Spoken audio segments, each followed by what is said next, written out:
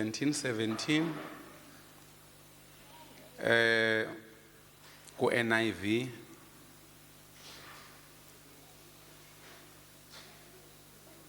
ndizozama ke namhlanje ukukhawulezisa nimamele fast bangcwalise ngayo inyaniso yakho ilizwi lakho liyinyaniso. Sanctify them by the truth, your word is truth. Ndithe ke xa bendithetha ethi ndathi uYesu phaya uthi mabangcwaliswe abantu bangcwalise ngenyaniso. Wabezele sithi ke ngoku ilizwi likaThixo inyaniso, among other reasons, or into engabaluleka phaya kukuba kutsho ukuthi into engcwalisa umuntu yinyaniso. Ndithe ke ilizwi eli bayakwazi abantu ukulithatha bangqine ubuxoki babo ngevesi. Anikadibani naloo nto phaa ngaphandle, umntu oye akowuti ivesi kodwa ezotsho ubuxoki bentando yakhe kodwa akowuti ivesi. Nike niyibone loo nto. Ubuthi yes uzondixelela uyibonaphi. Abanye bakowuti ivesi ethi xa befuna ukwenza amasiko uYesu wathi anzange zochitha amasiko. Upapa lo muntu upromota ubuxoki esebenzisa ilizwi. That's why ufuna sicacelwe ke ngokuba asingcwaliswa lilizwi qha, singcwaliswa inyaniso evela ezwini. Kusho ukuthi lento itshiwo ngumuntu mayiqale beyinyaniso kuqala. Namhlanje benimamele omnye umfo kwaba bashumayeli bathanda uprofeta kakhulu balapha ngasentla. Uthi ndithe ndayifakela abazalwane simane siyana boku why ndizonifakela nani. Uthi lo tata ngutata omdala. Uthi abathakathi bathakatha abantu phaa ezitoilet. Kuthiwa andithe toilet uyaflasha phaa. Kuthiwa kukho abantu ovela athi efika kwakho avela aqala etoilet. Xa efika phaa ngoku aflasha etoilet abe seflasha your glory, your future, adeclare ngoku ikhala itoilet avela adeclare. Kuthiwa ke iyahamba apho iglory yakho nefuture yakho. Kuthiwa ngofuneka ube neoil, uthambise ioil phaa etoilet. Ewe ube sothandaza etoilet. Kungenjalo abantu bazoflasha. Kuthiwa kwakona funeka kuthandazwe kwakwezi yandawo kwamatanki amakhulu amanzi ukwenzela uba kuthiwa naseshaweni ngokuhlambayo. So kuthiwa amadimoni ayakwazi inyoka ukungena phaa kusuka khona amanzi kwi-reservoirs fike kwesethakatho aqityo. Uyazi uba ngukhehlo omdala lowa. Kukhona abanye abashumayeli balapha eSouth Africa abamthandayo laa tata. Kuthiwa nguBishop sibani ba. Uthe nje utsho loo nto leyo. So kutsho ukuthi yena ke ibe worse eyakhe because obuxoki bakhe akanawo nevesi ke exoka ngayo. Uxokisa into ngqo. Ndithi uba uke wavakashela emzini wafika wacela itoilet usafika. Usengxakini sekuthiwa uyoba flasha one. Yo iyandihlekisa. And yazi ba niyayihleka nina nizodibana nayo. Uyabona abantu bathengisa amanzi nezicawe zinabaprofeti basebenzisa laa ndlela yabathandazeli namagqirha. Amagqirha xa ezokulawula ayokoyikisa. Usokoyika ube desperate ungazi bayenza kanjani bakunika isolution ke ngo ezoba ioil, intambo or any other thing. So that's why nsithi ke abashumayeli abakhona bayexoka basebenzisa amavesi ukupromota ubuxoki obuhlehlisa isanctification. So fanele wazi uba isanctification ayenziwa just ngamavesi, yenziwa yinyaniso ebhekwa ke ngulilizwi likaThixo eliyinyaniso. So benifuna siyiqaphele loo ndawo. Then isanctification bazalwane ndifuna singabi siba technical. xa uthethwa nge-sanctification ukungcwaliswa kukukhula spiritually, kukukhula ngokwakwamoya. Xa ucinga nge-sanctification nomthandi funa ube nomfanekiso womuntu zokutsho umzekelo ombi, umuntu ofundiswe ngabantu ukuphuza. Umuntu ofundiswe ngabantu ukuphuza anti usoloko eqhutywa uba yophuza apha ekuqaleni, kodwa ngokuya etshintshwa butywala uya eziyela, and ngokuya etshintshwa butywala uya exabana nefemeli yakhe. Akaxabana umuntu otshintshwa butywala nefemeli yakhe, uya exabana nomphathi wakhe. Abantu abanxilayo abaxabana nomqeshi, potentially, and then axabane nomfazi wakhe, abetha abantwana, sele elawulwa butywala ke ngobuya mtshintsha, uyakhula ekunxileni. So the opposite is true. Xa kuthiwa usindisiwe, usindiswa ngezwi, uva izwi, kodwa xa se kudala uve izwi kufuna kubonakale i-change evident eba ne-consequences. That's why namhlanje ndifuna say about the consequences of living a sanctified life. Kusho ukuthi iba nemiphumela. I-consequences ngokwe-context yam zibukwehluka kwi-results. I-results bendizitsho in a positive way ukuthi xa sele ungcwalisiwe utshintshwa lilizwi likutshintsha kuba neziphi iziphumo, more like i-fruit. I-consequences zizinto ezikwehlelayo, not into ezenzeka kuwe, but zinto ezikwehlelayo. So nenzela uba nizazi ezi topics zombini, kuba xa usosindisiwe uzokwehlelwa, xa uvumela i-sanctification uzokwehlelwa zinto ezithile. Now sithe ke ngobani amagosa e-sanctification? Sithe ngobani abancedisa umuntu ekukhuleni kwakhe ngokokomoya okanye ukungcwaliswa kwakhe okanye ukutshintsha kwakhe? Sithe nguThixo, nguYesu, nguMoya Ingcwele, ngumfundisi okanye umshumayeli, sofaka nebandla ngoba sibafakile izolo ne believers cooperation.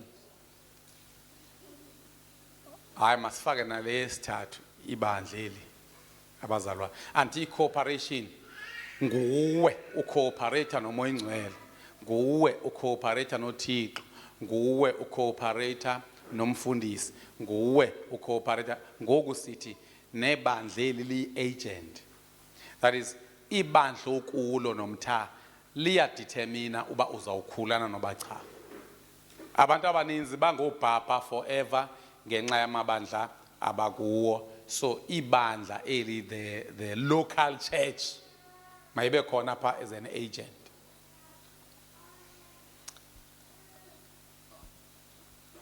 Siyafaka ke kumzongana ophando bangiba akho mntu. Yeah, sifaka the local church. Inobanga uyi-agent yesingakhi le? Yesithandathu. Yesihlanu. Okay, masiqalele. Sithe nguThixo, nguYesu, uMoya Oyingcwele. Sathi yi-believer le esanctifywayo nayo funeka iqiniseke uba iyavuma. Then sathi ngumfundisi okanye the preacher. That is, njengoba ndilapha funa nibone uba niyatshintsha. Then number 6 ke ngothi the local church. Abazalwane bonke should see to it uba umzalwane noko uya etshintshwa lilizwi. Sithi ukuthi niba sanctified kukutshintshwa lilizwi. Likutshintsha likwenzani? Likufanisa noYesu. Yazi sometimes xa uyifundisa into abantu bava bethuzo zinowusizi. Ndifuna ukubonisa the simplest ukuba sanctified kukutshintshwa ngamazwi owevayo, uye utshintshe i-attitudes, utshintshe ingqondo, utshintshe i-desires, uye ufana noYesu. Mandibuza apha kuni, umuntu kufanele akhule ngokwe-pace yakhe okanye funeka akhule ngokwe-pace elindelekileyo? Should it be the personal pace or the expected pace? Expected. Umuntu fanele akhule ngesantya sakhe okanye funeka akhule ngesantya esilindelekileyo. Uba kafuni usisinyemfu okanye isidodo. Mamelani, niyazi uba into ebangela uba abantu bangakhuli sube zingasebenzanga zonke za agents. Uba onke lamagosa oyi-6 ayasebenza ngeke angatshintshi umuntu. It's either the person changes or they change the church. Fanele umuntu kutshintshe yena khule okanye avela atshintshe kwayibandleni. Kodwa ke ndizoqala siqale nomtha sisupporte le ndawo ethi utshintsho emzalwaneni mayibe lolu lulindelekileyo, not olwakhe. Umbhalo wamaHebhere uchapter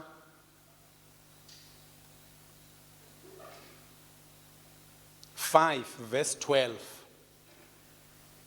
uyachaza phaya umbhalo uba ikhona i-sanctification le, i-growth, i-change fanele yenzeke ngesantya. Uthi in fact, though by this time you ought to be teachers, you need someone to teach you the elementary truth of God's word all over again. You need milk, not solid food. Kuthiwa nangoku nina kuba nakuba benifanele ukuba ningabafundisi ngenxa yokuba sekumzuzu nakholwayo. Niyibona le change ilindelekile kuba kutheni senimzuzu nakholwayo. Kuthiwa ke ngo nibuye naswela umuntu wokunifundisa iziqalelo zokuqala zezihlabo zikaThixo. Nesuka naba ngabafanele ukusezwa amasi, anaba ngabafanele ukudla okuqinileyo. So kusho ukuthi i-growth, sanctification, ukuya ufana noYesu ngokuya kukudala wakholwayo kuyalindeleka. Sitheke amagosa ngawaphi? Masiqalele nguThixo okutshintshayo, nguMoya Ngcwele okutshintshayo, nguYesu okuhlambayo, umfundisi okanye umshumayeli, nguwe ufune ucooperate nebandla, abazalwane individually. Uba abazalwane babona umzalwane eye emembulweni, kufanele bona bacontribute kwi-growth yakhe. Ndifuna babangena ijongile ivesi ethi encourage one another so that we may grow, something like that. And that was the Thessalonians. Okanye ile enandawo speaking to one another, I mean the truth in love, something like that. So kusho ukuthi njengoba singabazalwane nathi umuntu makaphekwe yi-CFA ile. Yonke indawo akuyo sithi mfundi nofanelwanga yile, busofanelwa yile ngo, busofanele yile. And to that effect, ukusukela namhlanje ke angabikho MC ozondibhedela angayenzi le nto isho. Ukusukela namhlanje fanele bekhona i-item de nditshintshe noba yiphi inkomfa noba intoni, kuzoba khona i-item ekuthiwa yi-MC's choice. Ntoni? MC's choice. Uzokhetha umuntu wena MC noma ngomphi omfunayo. Lo ubonayo ba befamba sefundisa ngokumbisa azofundisa. Noba ngubana umcebisi. Niqina phakotata. Bavilo MC. sithi into ezokwenzeka xa ndisuka apho isencinane le, so uba ngaba ke ngoku-MC ude wayohlala phantsi enganayo i-MC's choice uzoxabana nam, because ndithi kaloku le agent elibandla mayimkhulise umuntu ngenkani. uThixo usithembile uba sizakhulisana. Therefore encourage one another and build each other up. Build each other, masakhane, just as in fact you are doing. Kutsho ukuthi aba babesebevele besakhana bona. So mandibeve siyabonga xa bifike apha bethetha lapha. Ndibeve Odwana, ndibeve Mchagelo, Bawuqhamza, Ngali, Tata Malish, Baba, Mgensana, iniqina apha kotata. Kutsho ukuthi noba ngathiwa enyangeni i-MC's choice ngotata abathathu, i-services ezilandelanayo, i-MC's choice ibe ngutata lamantombazana anqiniwa. Ukungqina kaloku uzotsho uba uvile, uveni, and wena awuzuyitsho njengomjongula wena uzoyitsho in practical terms. Utata Malish, for instance, khangabeshwa nazi point number 1, point number 2, point number 3. That is, ukuzokwenza item kukuzoncokola lento uyivileyo in your own words. Then uba ngaba ke ngoku unalo ikhono ube sofundisa point number 1, point number 2, point number 3. Njengoba nindijongi lapha ecaweni, incoko enezincokolayo sube zisuka kuni noba sube nizivesamo ezinye. Zeziphi ezininzi kwezisuka kuwe nozivesamo? Isayitha uyivile okuyibonile samwe. Inqabile into encoko ezisuka kuwe. So ngoku ndithi ke ngomna ncokola le ubuyiva ngobe kushunywa yena. Uyiqhelile into yokuncokola wena. Yabona xa uva abantu bencokola eSpa uyakwazi ukuzotsho. Yabona umzekelo ngonami bencokola lento yayisho ngolobawo athi nje kuthiwa ininzi into yenzeke etoilet. Uthi imoshaha eninzi ise-toilet. Lo mfo ngubishop lo tata lo. Uthi ngenye pha emzini wakhe kwafika intombazana xa ifika egeyithini yakhula izihlangu. Yashiya pha egeyithini yahamba ngeenyawo. Kanti njengoba ihamba ngeenyawo ifuna ukushiya i-footprints apho kusuka egeyithini ukwenzela uba xa seyifika kwindawo yayo yokuthakatha ihambe ngeza nyawo. Ewe iyongena pha kwakhe. Ndithi ngeke ngoyike straight. Kusho ukuthi ngeke sivakashelane tu. Xa nizosijonga nenyawo ngoku okanye unomtha uhlatywe into ngoku ufuna ukuhamba inyawo sesithi footprints. Ndiyambalisela kubaba ndithi kudala kwakuthiwa xa uchama abantu bafike bathatha umhlaba lo. Ndiyaxakwe ngoxa beselandela nakwii-toilets eziflashwayo. Idimoni lihambe namanzi, kuthiwa kuflashwa nengqondo yakho pa. Kuthiwa nengqondo yakho iyaflashwa nenhlahla yakho iyaflashwa. Ude wathi even your glory, they flash your glory. Ndimanta wakwethu. So ndiyabalisa ngoku. So ukungqina yilento ndiyenzayo. Ukubalisa into oyivileyo. Sithi ke kuthiwa phaya kungoko ndithi thuthuzelanani.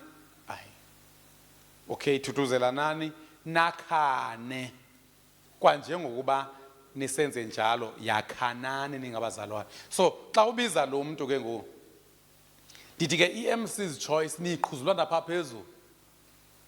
Noba uyakhwaza ukuthi hayi ndisekhamereni asinamsebenzi. Hlika apho MC's choice. Kangaba wena MC unalelo ulungelo lokuba ungakutsho ngoba 1 minute remaining uzithulele. Kuthi 6 minutes, 7 minutes, 8 minutes amane kubheka until ukuzithatha ngoba bengabalisanga. So ndinivezela into endithi ukukhula i-sanctification ilindelekile. Kukhona i-level ubufam bukuyo ngoku. So fanele ngosikuse kwi-expected sanctification level. Naxa ufunda 1 Corinthians 14:26 uyasho pha 1 Corinthians 14:26 uba ebengafanelanga bakhona umuntu ozofudumeza izitulo la. Kuthiwa xa nihlangana omnye unantoni unengoma, omnye unemfundiso, omnye unesikilelo, omnye unelwimi, omnye unokutolika kwelimi. Kuthiwa mazenzeke wena unantoni, akutshongo ba omnye uno amen nezandla zishayela abanye. Ndicela kufaka umuntu o serious pha andazi bakwenzekani. Kuni ndishilo ngoba 1 Corinthians 14:26 ubhale esiletini lapho. So nivile uba kuthiwa xa kuhlanganwa kulindelekile uba wonke umuntu unento. E-Christian family befamba abantu bomi usuka apho bawufuna ukusebenza mntami ngeke zotshona langa phela ngo zonkana sondela pha. Lo mntana ngenza bakayazi iBhayibhile. Funa kwenzeka i-sanctification bomi kwenzekani. Enye into abatsho nokutsho abantu bapha uba ifrizile okutheni vele kuthule kongathi ndithetha nempuku. Sithi ke kuthiwa xa nihlangene omnye unantoni unemfundiso. Kuthiwa kuthi nina ke ngoko bazalwane xa sukuba nihlangene uthi elowo kuni abe nengoma, omnye athini abe nemfundiso, omnye abe nalulwimi lumbi, omnye abe nesikhilelo, omnye abe nokuchaza intetho. Mazithi zonke izinto zenzelwe ukuba lakheke ibandla. So kusho ukuthi wonke umuntu maka participate as the local church in the sanctification of the whole group. So akekho umuntu ozofika apha ecaweni asiloku sisonge izandla ebiza uamen lapha. Abanye ababizi nalo amen. Uvela afika hlala ozele. So bendiveza ke into ethi your growth speed should be the expected one. Ispeed ohamba ngaso masilingane nokukholwa kwakho nexesha lokukholwa kwakho. Ungathi kudala wakholwa. Masifunde u2 Timothy 2:2. U2 Timothy 2:2 naye ungqina into soyenza apha. Andifuni xa ngizonenzisa into mamodzi ndinganinika amavesi. Kuthiwa and the things you have heard me say. KuPaulos la uthi Timothy izinto ozive ndizithetha in the presence of many witnesses. Thatha izinto ozivileyo and entrust them to reliable people who will also be qualified to teach others. Kusho ukuthi uva mna usobuve mna uxelele omnye nalo uxelelwayo axelele abanye nomnye axelele abanye. That's how sanctification happens. So akekho umuntu ohambe sisibhukubhuku lapha esingayi kwandawo. Nongachonga ubusindisiwe uMC ambize azotsho aba ndiyathakatha mina. Kwam apha ecawa uzobizwa ngaphambili. Cela benizilungisa ke. Simbiza ngoba ngubani lo item MC's choice, program director's choice. Nithi awumxeleli phandle utsho ngosula. And I program director's choice ke ayixelwa ngobe kutshiwo abantu. Kuzoqala kutshiwo sino Sunday school, sino nomtha, sino mamuchakhe abese ehlala phansi uMC. Abese ephakama ke ngoku esithi nansi ke ichoice yami. So akazubelungisa lo. Yiza sibanibani. Yena akazuhlala phansi uqala ukuphakama abanye. Yeah. Sifaka iCatalyst ngoku. And izokwenza wonke umuntu ezecawene nento. Ubufike wacula asinangxaki. Kodwa uba ufike wacula singaphinde sikuhalele kuvekezayo. Ubuphinde wacula ngiveke ezayo siyakunqanda ngosiyasho uba sicela MC Joyce ungaculi. Kuzo zonke i-satellites ke andithethi ngemagate zonke i-satellites kune program director's choice i-CFA izofana everywhere ndithi bamodzi. I-program director's choice akaxelelwa kunye nabanye kuzoqala uVuyi kuze uWezi kuze umama uQhamza emva koko kuzoza i-choice yami. Wonke umuntu ke ngoku ulinde ubuzoba i-choice. Ngaloo ndlela ke sizamela uba wonke umuntu ayofikelela kwi-sanctification. Kuthiwa wayiva phambi kwamangqina amaninzi imfundiso yami. Andini yayiva imfundiso yami ngoku. Kuthiwa ke loo mfundiso ke yinike amadoda onokuwathemba. Hamba uyoncokola nawe. Ibe ngamadoda anako ukuyifundisa abanye. So njengoba ufundiswa hamba ofundisa abanye abazofundisa abanye. So intsindiso bazalwane yilento udubhoreke ungazazi ubuzokwenzana ecaweni. Intsindiso inqwana ukuzalwa. Xa uzalwa uyakhuliswa. Kodwa xa sowukhulile awukhuliswa uyakhulisa abanye. So it's either you come to church uba ukhuliswe then ngokuya kumzuzu ukholwa. So fanele ngoku ukhulisa abanye and then uyasebenza ke ngokulungisa ijekhe ezi zonakeleyo. Sivene ke dilindele ke uba ngecawe sobe siyifumana eyokuqala i-program director's choice. Sithi ayipreparish. And uyazi ba lento ndiyisho tata Malisha umuntu ongathi uyobalisela umakhulu wakhe lento ndiyitshoyo angakuhleka ugogo. Because ngexesha lakudala yayingekho lento yokuba xa uzoshumayela uxelelwe. Lento yokuba uxelelwe iqale kwi-SCO nempucuko le ye-Bible colleges kuthiwe preparisha. Into ibisenzeka maprinsana andihamba wafika wabakhona kuloo group mama uGaxini ngathi kudala wacawisa umamakho. Awulikhumbulela xesha kwawuvele kuthiwe amen bazalwane sizobiza umntathi. Kuqalwa ingoma ubona kuba soxhawulo. Uba nguwe umaprinsana uyayazi. And ungenzeka kubisenzeka kwezindawo zinogogo. Into ebangela uba kungapreparishwa kwenzela uba uhlale uprepared. Khanijongo u-Ephesians 6. U-Ephesians 6 uthetha ngesigwegxe somKristu phaa. Kanti nitsheni njani nina? Because kuthiwa ezinyaweni zakho solo unxiba ntoni? Ulungiselelo lweendaba ezilungileyo. Which means wherever you go be ready to preach. What verse is it, Babi? Ephesians 6 verse 15.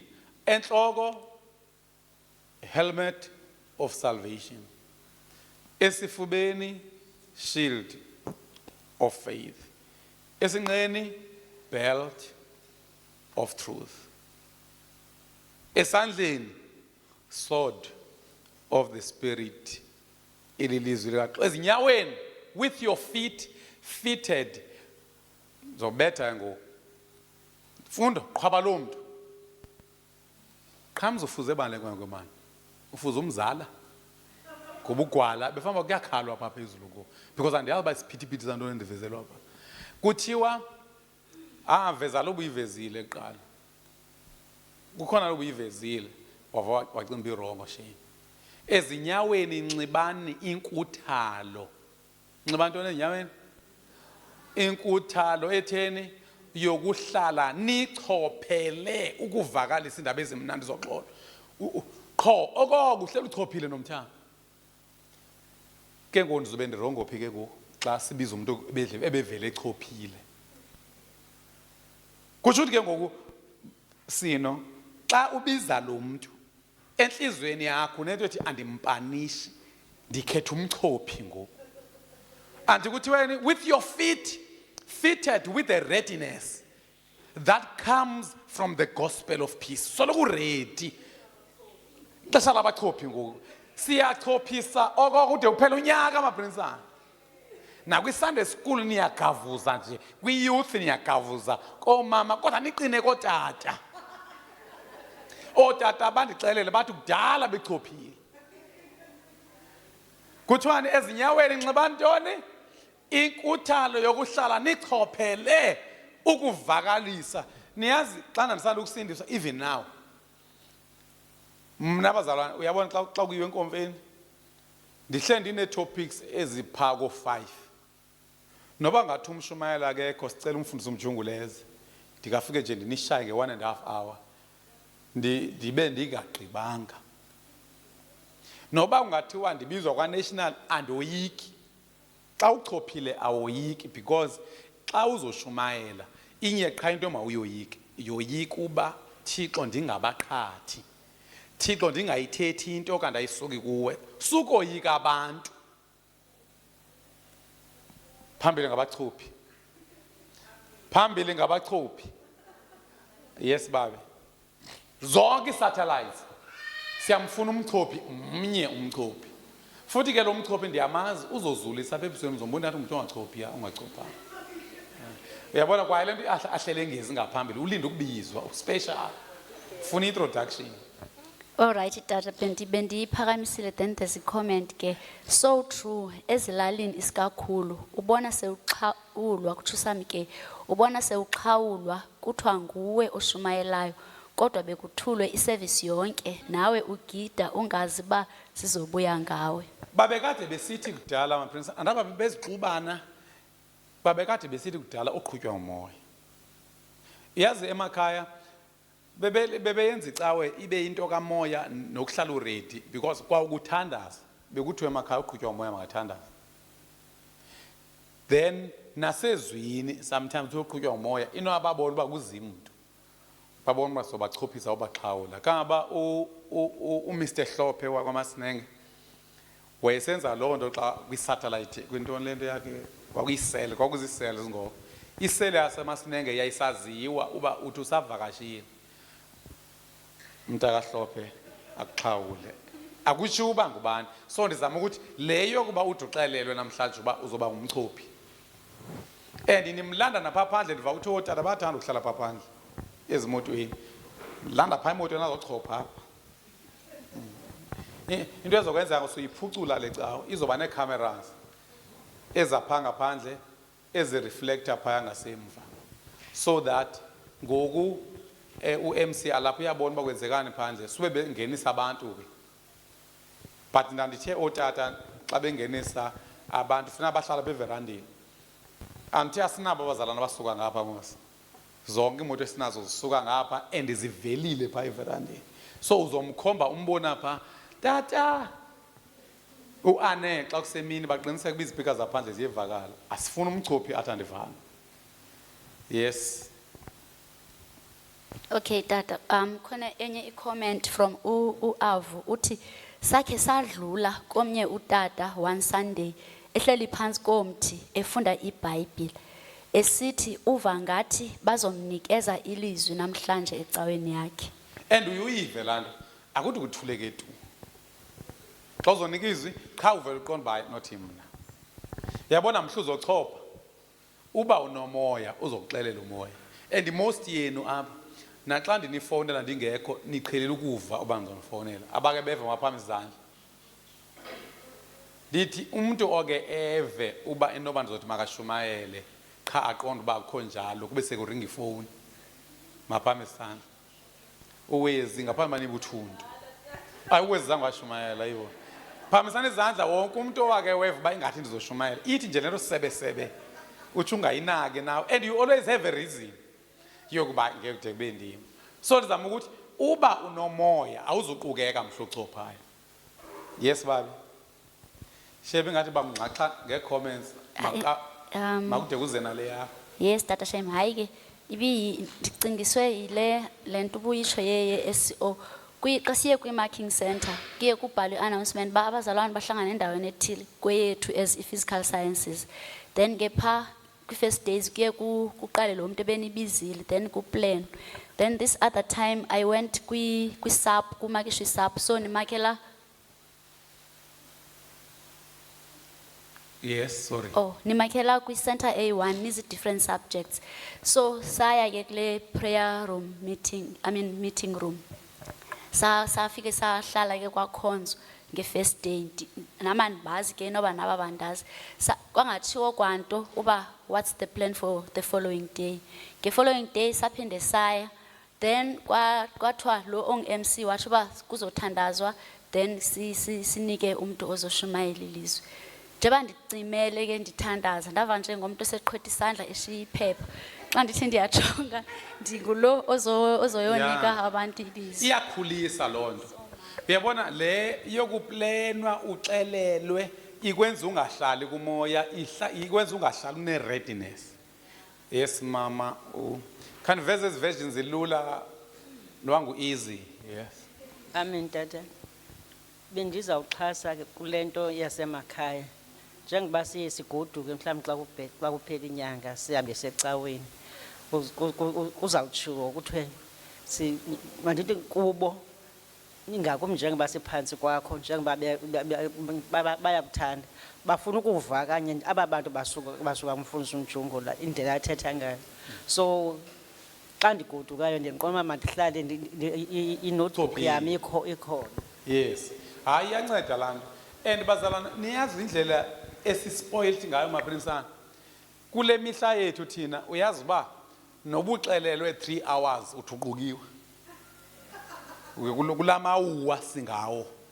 Uthi yo sekushiyeke 3 nobuxelelwe an hour before you andaqukeka. Kanti abantu bakudala nje kuthiwa sonika umntakaThixo. Sonika umntakaThixo kuyazi uba umntakaThixo umfundile ubane uEphesians 6 uba ezinyaweni nxibani inkuthalo, which means apho nihamba khona nxibani inkuthalo yokuhlala nichophele ukuvakalisa indaba ezilungileyo mawezana. Amen tata. Oh tata mna ngicela ukubuza uba kuyimeko ka-MC umzekelo ndenza umzekelo nje omncane ndingu-MC then ndibize usister engalindelanga and then mhlambi ngokuya uhamba ixesha okanye ndibona uba usister lo okanye akandicacelwanga kusafana naqalwa noba ndiyambulisa ngenxa yale nto uyayibona asinamsebenzi kwanaye mangemke walapha ecaweni asinandaba. Okay, make siveze la vesi babi apho uYesu angazange abe nandaba nabantu abakhubekileyo. Niyakhumbula abaFarisi beya kuye abafundi bakaYesu besithi le nto ubuyithetha ibakhubekisile abaFarisi. Wathini uYesu? Bayeke nawo. Bayekeni. Yeah, so uyabona xa sekukhulisa apha uzawukhula ngenkani. That's why nisithi akuzungatshintshi nenye into. Isatha uzotshintsha wena ukhula okanye utshintshi icawe. Ozozoba sizinyemfa apha ecaweni yethu. Kuthe usino bize igama elingcono isidodo. Ozozoba sisidodo lapho. Xa uyitsho lento unesibindi andiwazi uba uzobe kuzondelana because befamba uzonda mna ndiyimotsho lento lapho. Anti besitshilo uba ndiyi-agent of your sanctification. I-local church yi-agent of your sanctification. Umoya ingcwele nawe befamba uyayivuyela kwelo thuba because kudala uchophile iyakhathalisa into iziqulu bezi ukuchopha mpela. Basondela kuYesu abafundi bathi kuye uyazi nje ukuba abaFarisi bakhutyekisiwe intetho yakho. Ndiphendula wena ngomaweza. Kanti into xa ndiyithetha funa ibe nevesi uba wake wayenza uYesu. Niyakhumbula naxa ndisithi avoid abamosha inkolo yabazalwane masibe ne-negative attitude towards them. Ndanifundela ivesi apha athi uYesu lo owisa aba bancinanana bekumfanele ubathi wena abotshwe ngentamba aphoswe wena unice kulo muntu omosha abantu. So basondela kuthiwa wathini, the disciples went near to him and they said, the Pharisees heard what you said to them. They are not happy with what you said. Do you know that? Buyazi loo nto Yesu ndimani zojonga nje uba uyayazi naloo nto. Next. Uthini Yesu? Waphendula wathi zonke izityalo ezingatyalwanga ubawo osezulwini ziyakuncothulwa. Uzama ukuthi uba abakholwanyani bafanele kushayike kakade. Next. Okay, go verse close ngesini, go verse ngesini. The previous verse.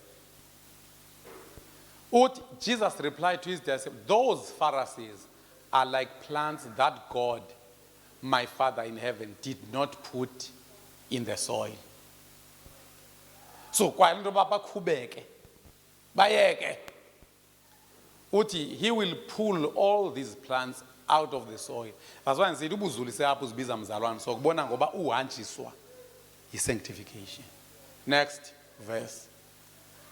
Kuthiwa bayekeni bazinkokheli ezimfama bayeke ke ukuba imfama ikhokela enye imfama ziyakweyela zombini ezindongeni. Masiye. Uthi Nzubethi, when I was younger, usisizo used to MC's choice, but ukwenze ayibo, but akwenze umshumayeli for youth service. And then what is zonke ngalo? Hayi introduction le. Apho siya khona mamalish le MC's choice izoba umshumayeli next time. That's why ndisithi kwa wena nomtha ixesha lakhe nje li up to you. Uba umbona pha kwi 3 minutes basekhathela uzidulele nje. And ke MC's choice akavumelekanga uba abe ngaphansi kwe 5 minutes. Athi ndiyayidedela indawo uyambuyisa. Yeah. Akapheli amazwi. And mamalisho yazi ba amazwi akapheli xa uzofikela. Azophela ngosuku lokuqala xa ephelile sekunika ichance cinga amanye kutsho MC. Okanye ke masithi ke uyamsizela unomtha yena nenhliziyo enhle. Into ongayenza nomtha ungathi ke khawume pha ecaleni ubize omnye. Okanye ubize umama ucenga o umuntu wezaziso. Emva komuntu wezaziso uphinde umnike. Agqibezele la mazwi. Because kaloku into esiyilungisela lapha sifuna kwenzeke izwi until ithe ilizwi mahlale si ready. Yeah. And uYesu utshilo wathi uba uthe wasela lamanzi kuyogobhoza esiswini sakho ngoba kungagobhozi khona ingxaki. Ngoba ungagobhozi ingxaki ndiyazi apha kum. Uyabona nomtha akekho umuntu owayethule njengami. Kodwa ngoku ndingayibethi 5 hours oko nimamele because kugobhoza namavesi umoya ingcwele ndikhumbuza namavesi are relevant. And the majority yabantu abeza apha beza bezidelile kodwa umoya ingcwele afika abancede. So musukuzithemba wena. Relax. You have a helper. Akufakwa wena embizeni lapha. Babi banothini? Kufre uthi ndake ndacinga ndizoshumayela emarket. Ndacinga hayi inoba bendiphapha kuba ndade ndalala Saturday evening. Kanti kuzothi ngoku ukuthi lelelelele yangena icall kamama. Yeah. Abantu abaninzi abayiphendule ke lakhona. Nithi mina utsho kanjani ubuqukiwe uxelelwe 30 minutes before uba uzoshumayela. Siya ekuxhawuleni ke umama uSox apho siya khona. MC lo muntu umthe wamhalela ndiyaphinda okugqibela iMC's choice ayenzi ngaphansi kwe 5 minutes. Uba ikapheli 5 minutes siyamcela sithi ayikapheli siyamxelela. Bayikapheli. Sithi uzofakaza yadlala imama. Imani ke antini ivile lonto bisuka phi? Isuka ekutheni amazwi owevende ukufundisa wona wathini ambafundisa abanye nabo bayofundisa. Which means into yenzayo nomtha lento uyifundiswayo uyifundiselwa uba uyenze then ubesele uyofundisa abanye. And sasishilo sathi i-level yokuthetha it should be the first level of learning. Uba ukwazi ukuyithetha into uzoyenza kanjani? Because icacile mama lishi ndithi ke enye into engenza amazwi aphele kusho ukuthi lihlobo lomhlaba onguwo. Andisiyazi bukhona lamhlaba kuthiwa imbewu iwele endleleni kuthiwa la nhlobo ivele ifika icholo intoni kumtyholi avela wathatha. Sifuna uphelisa lonto. Kube khona besibini kuthiwa abesibini iwela elulwalweni le aba baselulwalweni bayigcina okwexeshana but xa belingwa bayilahle. Kube khona besithathu ewela emithanena nameva ngaba bane lives worries riches and pleasure nabo liyakhula ngaphi ilizwi ziyakhula nezi zinto ziliminxa. Then sifuna apha ecaweni kube khona abangumhlaba oright. Abangumhlaba oright, veza abangumhlaba oright mntanam. Phako verse 16 verse 17. Umhlaba oright. Ko verse 6 ku verse bani babi? Ngu14 kona lo wamaeva. Unoba ngu15 ko jonga 15.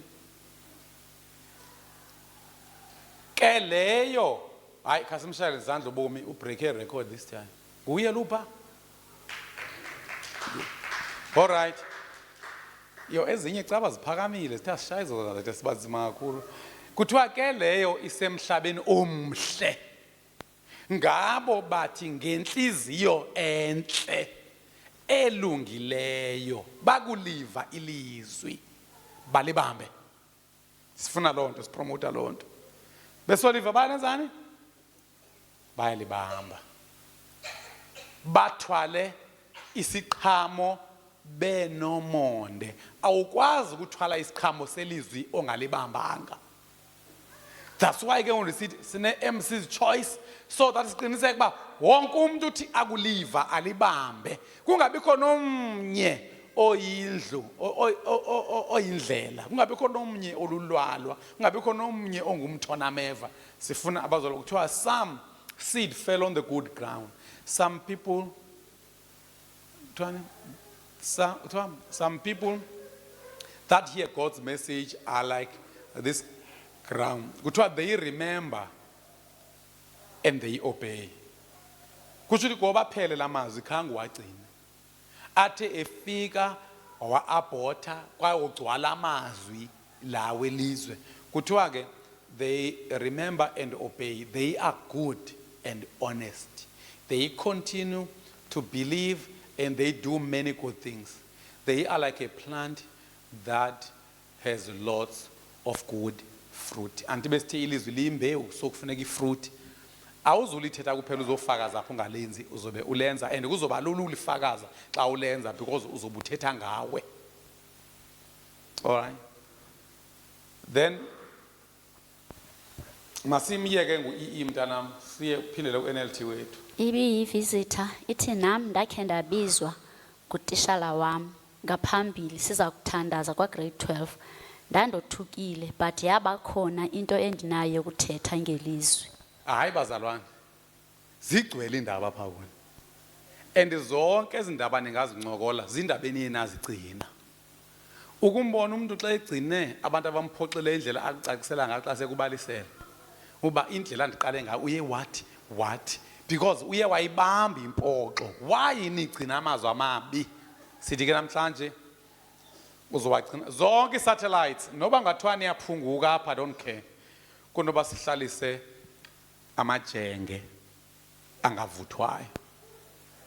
Veza la verse okugqibela Hebrews 5:12. Benifana manitheni ngo seningotitshala ngo. Befama seningotitshala. Nobuya mamela ngoku umamelela ubulive ulenze ulishare. Even though by this time you ought to be teachers. You need someone to teach you the elementary. Kusho khona izinto ongasafanelanga basaziteach. Number 1, kwi consequences of a sanctified life. Ubuphila ubomi obutshintshiweyo obungcwalisiweyo. Number 1, hatred by the world. That's the first consequence. You will be hated by the world. Yimane ke ndifuna niyibambe ke pha akutshongo ba you will be hated by unbelievers. Okokuqala abantu bangabhaliyo xa ndishumayela sube benememory engakanani. Because xa khona umfo ekuthiwa wavele wahamba apha ecaweni maprinsana owakwaMasinenge. Ndase ndathi mna mababhale inosi noma bazibhala isiXhosa. Uvele wahamba. Ndathi ndizova hayi akanyiswanga zinosi nedika zalifumene apha efo. Ndiyakulandela phela xa uhambe apha ecaweni. Uba kanye wanyiswe intoni. Wexoke ebantwini wathi uhanjiswe kuba ndima ubhalwe inosi. Kanti unedika zapha efo ngakuma umjali. Follow. So ndithi ke kwa uba ungabhali kuyacaca uba uzoba indlela. Ngaphandle baye ngonishumayela uyarecord. Because abanye abantu banefoni ezinespace esikhulu. Qho ndishumayela uyarecorda, qho ndishumayela uyarecorda. Kodwa uba ubhali ngoqinisekileyo you'll have nothing to share. Ima ngobani abake bayenza laa nto kwakuthiwa kuphalaza ekuseni emakhaya ukugabha ke xa wasele kancinci amazi uba njani ustruglisha ingathi kophuma ingila kwathi kophuma isibindi xa wasele kakhulu kaba ubhuti mna ndisonqena ukusela amanzi ubhuti wevela wasele kakhulu ubhuti wayengathi afake umnwe wayengafaki no yima yinto liba ukuthi ufaka usiba kusho ube so worse ubhuti wevela sela fike eme pha acha kuba wasele kakhulu uzoyikhupha kanjani into ongayidlanga uba ubhali xa kushunyayelwa surely ilizwi kuwe lizoba imbewu ewela emithana nameva and uzoba ne-hard time siyabulisa sile uzoba ne-hard time xa sesifikela kwi-program director's choice nisengxakini ke bo-program direct kha ndicela nize nenze i-disclaimer phamba nimbizi nithi njengoko ke utata watshoyo ukwenzela mna ndisenamsebenzi nokuzondwa sendiqhele gqithi wena ubaba uthi mna ndanikwa ukuba ndishumayele apha e5 ngosuku lokuqala ndisiya ecaweni isitishi sigcwele qhu andikhumbuli noba ndandivule kubani amate omanko emqaleni I doubt I finished 7 minutes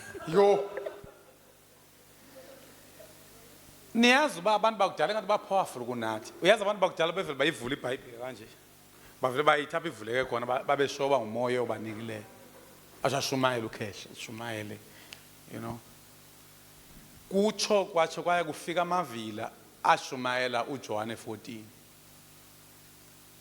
uthini uJohane 14 inhliziyo zenu mazingakhathazeki kwaqhamuka amanye ngoJohane 15 mna bayazikhomba ndingumdileya wenyaniso hayi ke uyabona wonke umuntu omqukileyo uba kayanga emdiliyeni kulaa cawa nandicawa kuyo ke xa equkekile lo muntu oyindlela wevela vule uMateyu 5 banoyola banenceba ngoba bakwenzela inceba bona banoyola and ke abantu bakudala babedotsha because into azayenza uzothi makafunde ubabi afunde ubabi banoyola banenceba banoyolo abanenceba ngokuba bayakwenzela inceba bona ngokuba bayakwenzela inceba bona ayigqibe ke ngole beatitudes emva ngicela siye kuYohane 14 inhliziyo zenu mazingakhathazeki inhliziyo but laa nto yayinceda because ayengena amazwi because babe end up ngobewazi ngenhloko because xa liphindaphindwa mpela nalo ongafundanga uliva kuba liphindaphindwa so there's nothing that was useless kwaba bantu so sithi ke number 1 you are hated by the world John 17:14 uthi uYesu I have given them your word and the world hates them bendisekule ndawo ka world ke babe ndithi xa esithi world akathanga unbelievers xa esithi uYesu ihlabathi liyabazonda bakhona abantu abazibiza ngabazalwane bathi basindisiwe kodwa balihlabathi bazokuzonda nabo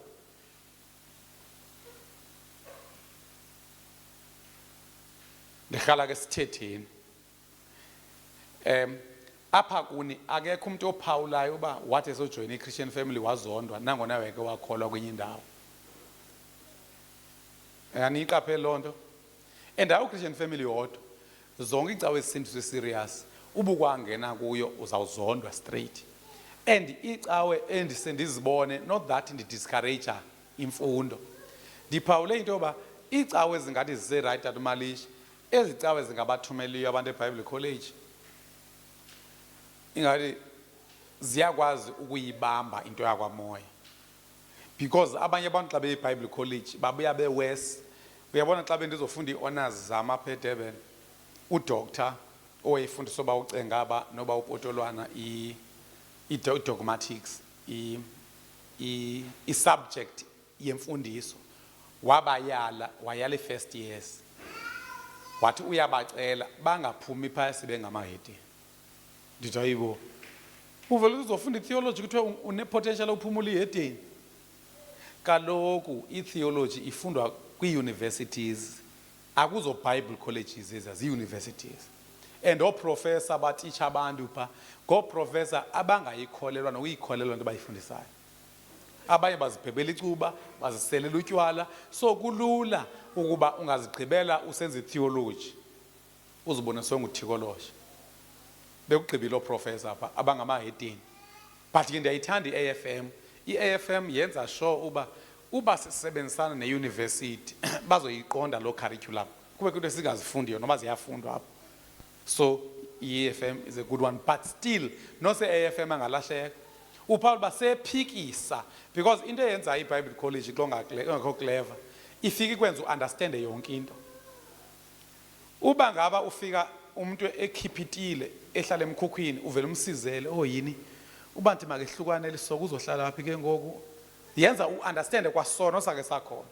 So you should be very careful. So xa kuthiwa the world hates them, it means everyone with a heavenly mindset will hate you noba uyacawa. Kamba kude kutsho kwaye abantu xa befika apha ecaweni kuthiwe yo le cawe yakwenzani kanti ngumfundiso onjani lo, because kaloku ubukade ucawa wena sekuqhelile nosibani utheni I think uba ngcono obevele waguquke lapha, but noguqukele apha uba sengxakini because kuve kuthiwe uvele wafumane wrong, ufumene cult, ufumene all that, because sanctification, it brings about persecution. Everyone who doesn't have a heavenly mindset, everyone who has a worldly mindset, thank you, boss. I have given them your word, and the world hates them. Wonke umfundisi okushuma izizwi akunike mamalishi uligcine ulenze into elandela ukuzondwa. So you'll be hated for being sanctified. That's why abantu abaninzi bakhetha ungatshintshi kwabona babe ilanto bebeyiyo. Kodwa ndiyatsho ndithi usofika eChristian family kuzosebenza iagents eziyi6 zikutshintsha. Zeziphi ezi agents? God, Jesus, the Holy Spirit, other believers.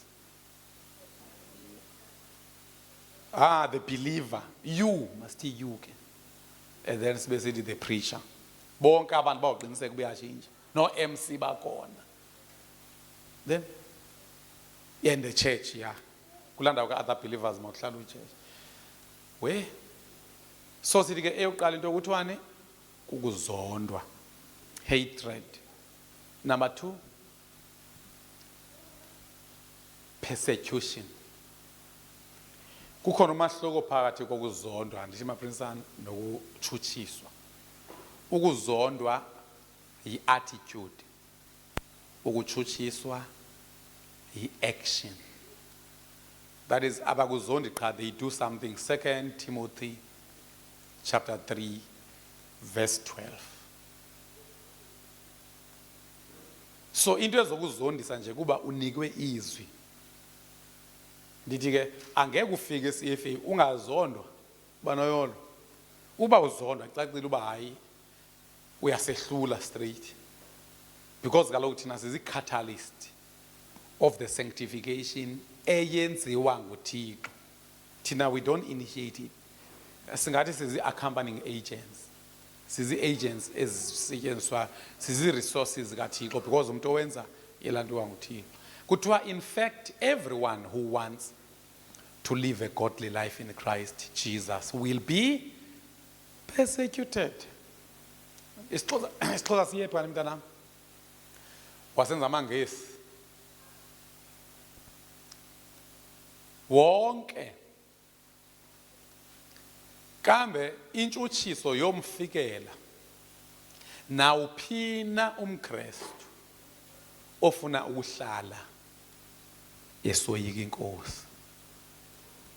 Uthini u-EE? Then zofuna ke siye nakwiverse elandelayo because phaya kuthethwa ngaba abazotshutshiswa bese thethwa ngabanye ababizwa ngoba zii-imposters, abazenzisi abangatshutshiswa kwabona. Niyazi ba kangaba ndike ndimangalalo kwenye igame. Ndithi ngondaziwa kangaka ndikhona nako no online. Ndithi ndiyabona ku Facebook umuntu obuzayo ba ikhona iAFM eMarket. Ikhona umuntu uyabuza caba ngathi azobuza nakumbi ikhona na iAFM because wonke umuntu uyoyika ungena kule mbiza. Siyaphekana. Sokupheka uvuthwe kuthiwa ke kambe itheni people who are united to Christ. Ukuba united to Christ kukuba na same mind as Jesus. Kuthiwa ke who are united to Christ Jesus want to live for God. But certainly other people will cause trouble for them. Xa kuthiwa umuntu cause trouble for you, uzofika abone uba kuthiwa unikele ayo kwabantu bakweleta ayo baxelele. Eve kuthiwa unikele ngenkomo aye efamilini yakho. So there are people who will always want to cause trouble if you want to live a godly life. Next verse. Kuthiwa ke batshintshayo ba sanctify kodwa zona izikhohlakala lezi nezikelemnqa ziyakuqhuba zisuka ebubini ziye kobungaphezulu ububi zihamba zikhohliswa nazo. Kusho ukuthi kukhona le group engafuni ukutshintsha yona iya understandwa ihamba ikhohlisa abantu nayo izikhohlisa njalo. Kuthiwa some bad people will cause other people to believe things that are not true. These bad people and all other bad people will become worse and worse. Worse and worse. And basecaweni abanye. And they themselves will also believe things that are not true. Kusho ukuthi bazalwane, is it 1 Thessalonians 3:12 okanye 2:12 anijonge babi apho kuthiwa ubinyane awufuna ukuyamkela uThixo uyakuyeka ukuze ube deceived. Ezinye zithi nguThixo kanye ozokudeceive. Ezinye versions. Is it 2 2:10? Yeah. 2 Thessalonians 2:10. Kuthiwa bonke abantu bazola nibuyele ku-NLT ke mntana. Kuthiwa kubekho zonke inhlobo zolahlekiso ezinokwenziwa bububi kwabo baya kwantshabalala.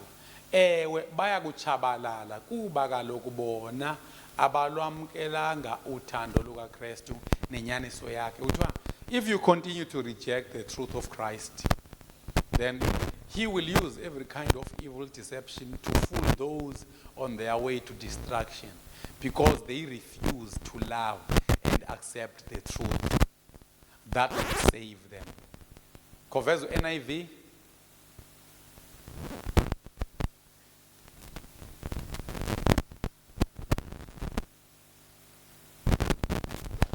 And all the ways of the wicked, of that wickedness, deceive those who are perishing. They perish because they refuse to love the truth and so be saved. Next. For this reason, God sends them a powerful delusion. Kubano bathumelela delusion. A powerful one, so that they will believe the lie. Yebo xa sekuncamile uthi umzekelo ngoku abekho abantu bebeqhaba izandla abantu xa kuthetha ngalo silebe ngekho ubunimamele xa ndisithi khona ubishop ebesithi abantu basihlasela phaa ezitoilets emizini yethu. Yo sili ubishop omkhulu uzonifakela phaa kuzo nge-CFA uthi ubishop uba khona umuntu ohlele efika phaa kwakho aqale toilet qho. Into ayenzayo flasha lo muntu uyadeclare negatively over your life. And xa iqale ehamba lama ehamba kuthiwa your glory and your mind is flashing your mind and your glory away. Kuthiwa ke ngofuna ube ne-oil ethile oyiqaba phaa etoilet kwakho uyithandazela itoilet because kuthiwa imosharha eninzi yenzeka ezitoilet emizini yethu. And ke ngoku bakhona abantu who will believe that. Converse NLT. Kuthiwa God will send a powerful delusion. uThixo uzokuthumelela mama. That's why you'll find ukuthi umzekelo wena maprinsana unantsika uThosi xa ephuma ejele ndandingaqondi uba kukho abantu abazobe besamlini nacimba icawa yakhe iphelile kuthiwa hayi uphumile uThosi e-PE ndithi uzothi ephuma hayi akazudibana nomntu yeyi xa ezithi uThosi yeyi aba bantu ngaba kuthiwa God will cause them to be greatly deceived and they will believe these lies. Why? Because they refused to accept the truth of Jesus. Which means if you refuse the truth that sanctifies you, God will give up on you. Akuyekele khawuveze esiXhoseni ntombazana. Yo, hayi bendisho ubuThosi. Kaloku uThosi uhleli iminyaka ngapha 8 years. Wahlala 8 years. Xa ephuma wafika bemlindile. Endiva kuthiwa wahanjiswa ndithi. Kwakuthiwa uzohanjiswa. Kodwa nango bevayo buyahamba basavuya upapa kutheni kuthiwa so God will cause them to be greatly deceived. Kuthiwa ngoko ke uThixo ubayekele ngolahlekiso olusebenza kubo ukuze bamkele ubuxoki. Kangoba enye izinto nomtha nasemisebenzini yenu ukhona umuntu ozofika uxela nje ngopapa usibanibani nomprofeti usibanibani ubusazi wena ba ela muntu obviously wrong that person man is lying to people and ukhona abaprofeti abathi abantu mabeze nomhlaba wabo bathandazele abese ugalela endlini bathengiselwa amanzi. Why are people so deceived? They refused to accept the truth. Koveze inversion mntana uNASB sithi ke eyokuqala iconsequence yokuchintshwa kuzondwa and ndiyithandela nale ethi then okwesibini persecution kuthiwa aba bantu they will cause trouble for you. Uyazi abanye bayakulinda maprinsana xa uyintombazana balinde mhlutshatayo andikudala wena usithi awuzenze into zamasiko bavele bathi awuzuphuma kapha ekhaya ungaphumi ngebhokhwe andibayazi ba amantombazana sengiyawuthanda umtshato baqomba baphe ngebhokhwe nakanjani kanti xa usindiswe nyana unamsebenzi wanaloo nto hayi andizude ndikuphume ngebhokhwe. So God will cause them to be greatly deceived. Kwenzeka ntoni nantoni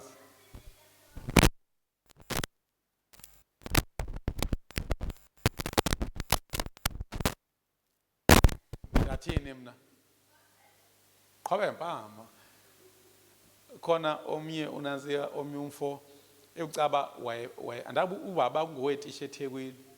Niyazi ubaba wangutitshala wangutitshala ubaba apha eDurban caba khona umfana wethi ndokushaya ushishilize uqhwaba ushishilize so nami ndiyakumenza umqhwaba ushishilize la mntana. Hatred by the world. After that ababina attitude qha kuphela sithi i-world akuthiwanga unbelievers kuthiwe the world. Omnye ungenzeka uba uzibiza ngoba usindisiwe but she or he is the world. Bazokupersecute at least mandizisho zibe ntathu ke namhlanje kuba kungolwesine ungabi intementeme ke lapha elibala kulila lapha.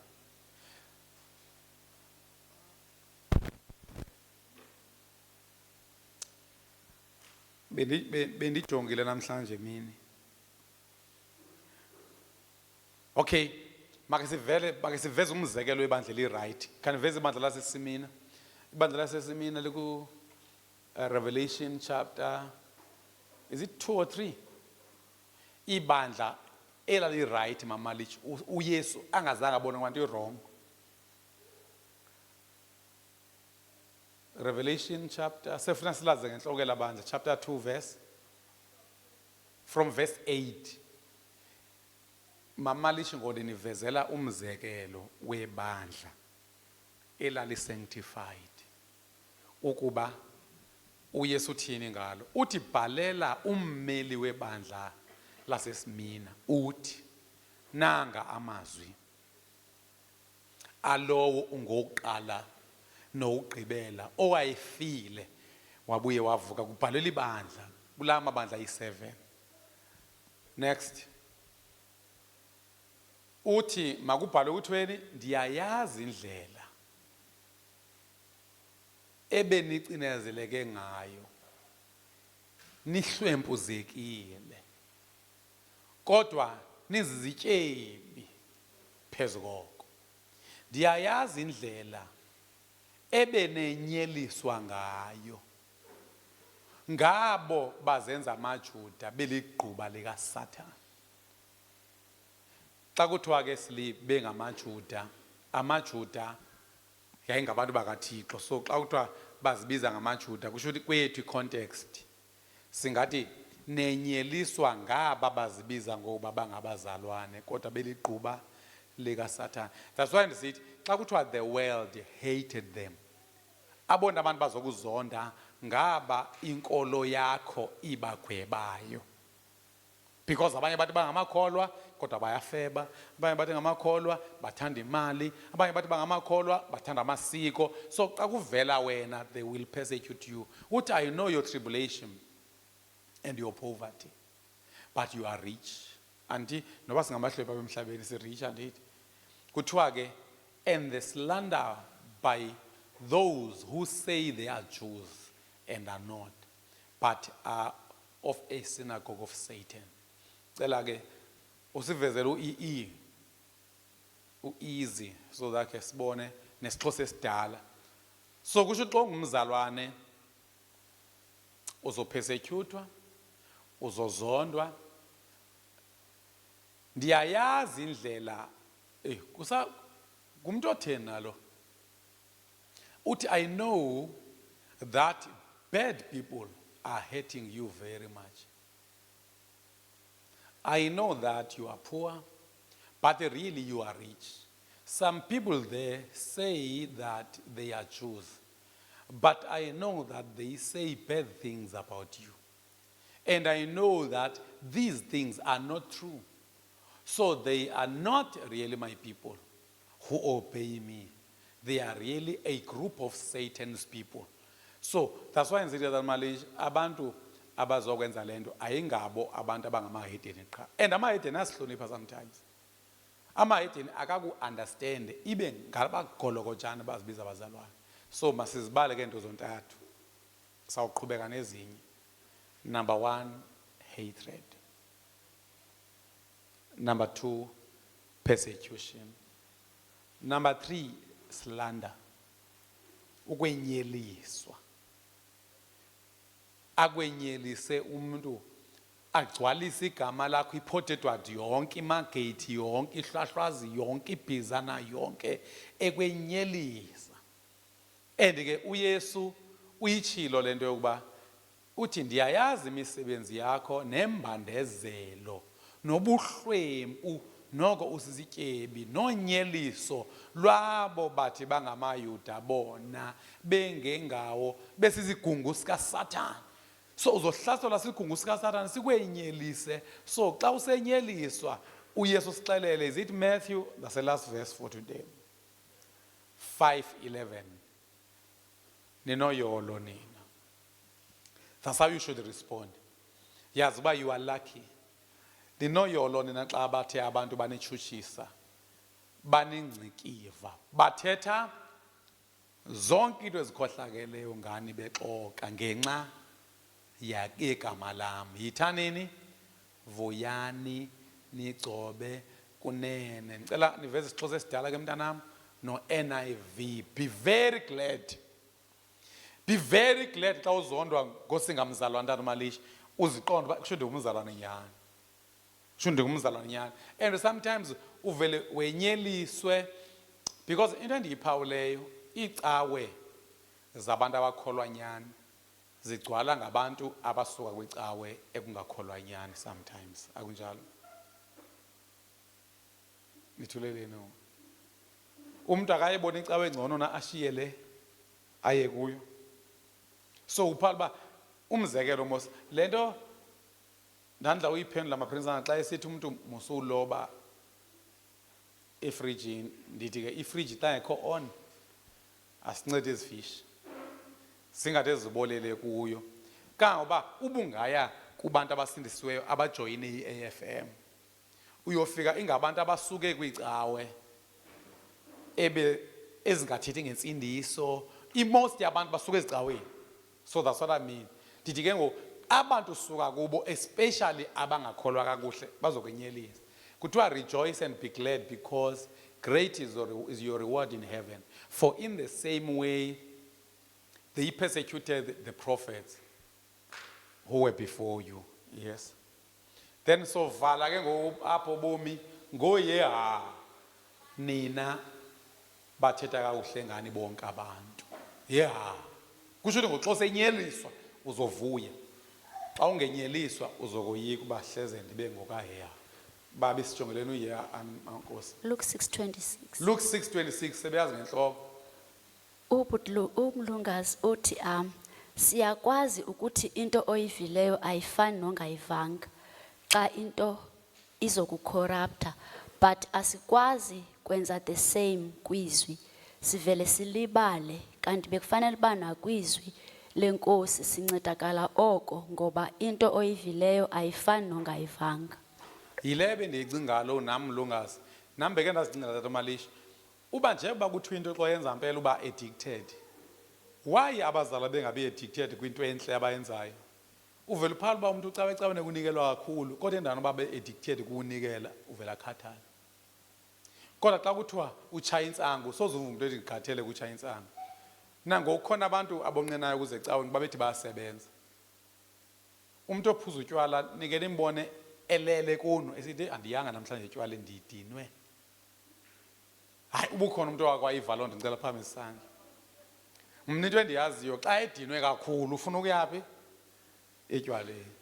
So understand into yomzalwane othi you sisebenza nzima sikhathele. Why can't we get addicted? Why izwi lingake libe yiphathi yezazinto zokuba into ivileyo ofana ongayivanga?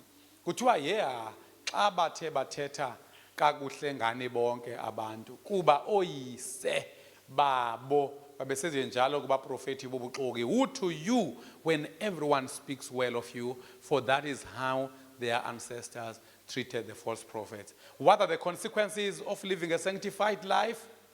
Hatred. Declare hatred.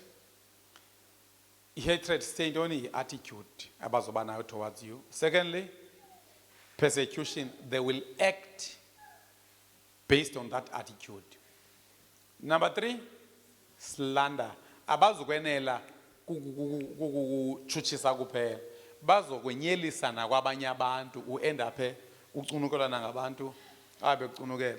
Niyazi mina abanye abantu bake bandicunukele leta Malisha lento bandisithi abachakazi mabangasili. Nabefundisi bafuna abachakazi basile.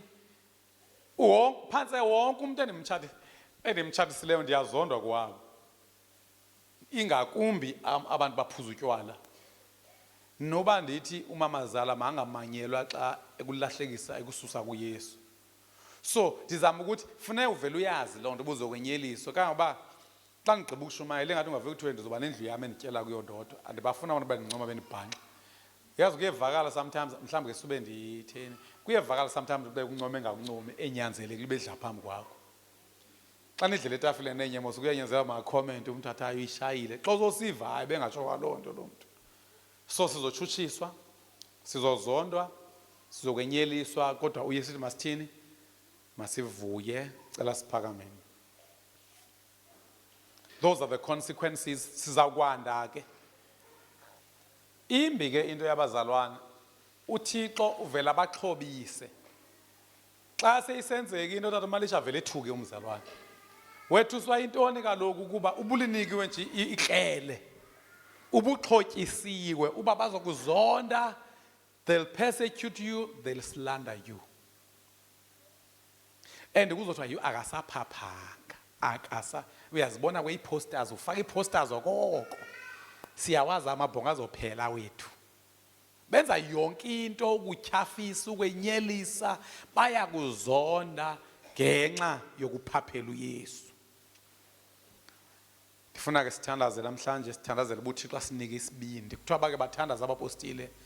They prayed for courage ukuba izoyikiso aboyikiswa ngazo, i-threats And iba nzima kakhulu xa bekuthreatenisha because basolo bekuxelela ngento ezokwenzeka in the future uvele woyike ubaleke okwa Eliya bufuna ndithandaza nawe Thixo akunikeze sisibindi sokuba ungatshintshwa ungayireverse sanctification yakho ucompromise ngenxa yokuzondwa ngenxa yokutshutshiswa ngenxa yokukhulunywa kakubi Thixo wethu namandla siza kuwe namhlanje ebusuku. We pray that you may give us courage to carry on and grow from glory to glory. Siye sitshintsha as we behold as unto the mirror. As we hear your word, sincede siye sitshintsha. Noba siyasitshintsha sibe imonster ilizwe elingayifuniyo. Sincede ke Thixo wethu namandla uba sithembele kuwe kuba siyazi uba naba close kuthi sometimes they run away, they may turn against us and they slander us as well. Help us, Heavenly Father, to be loyal to you and your truth and be united by the truth that sanctifies. In Jesus' name, amen.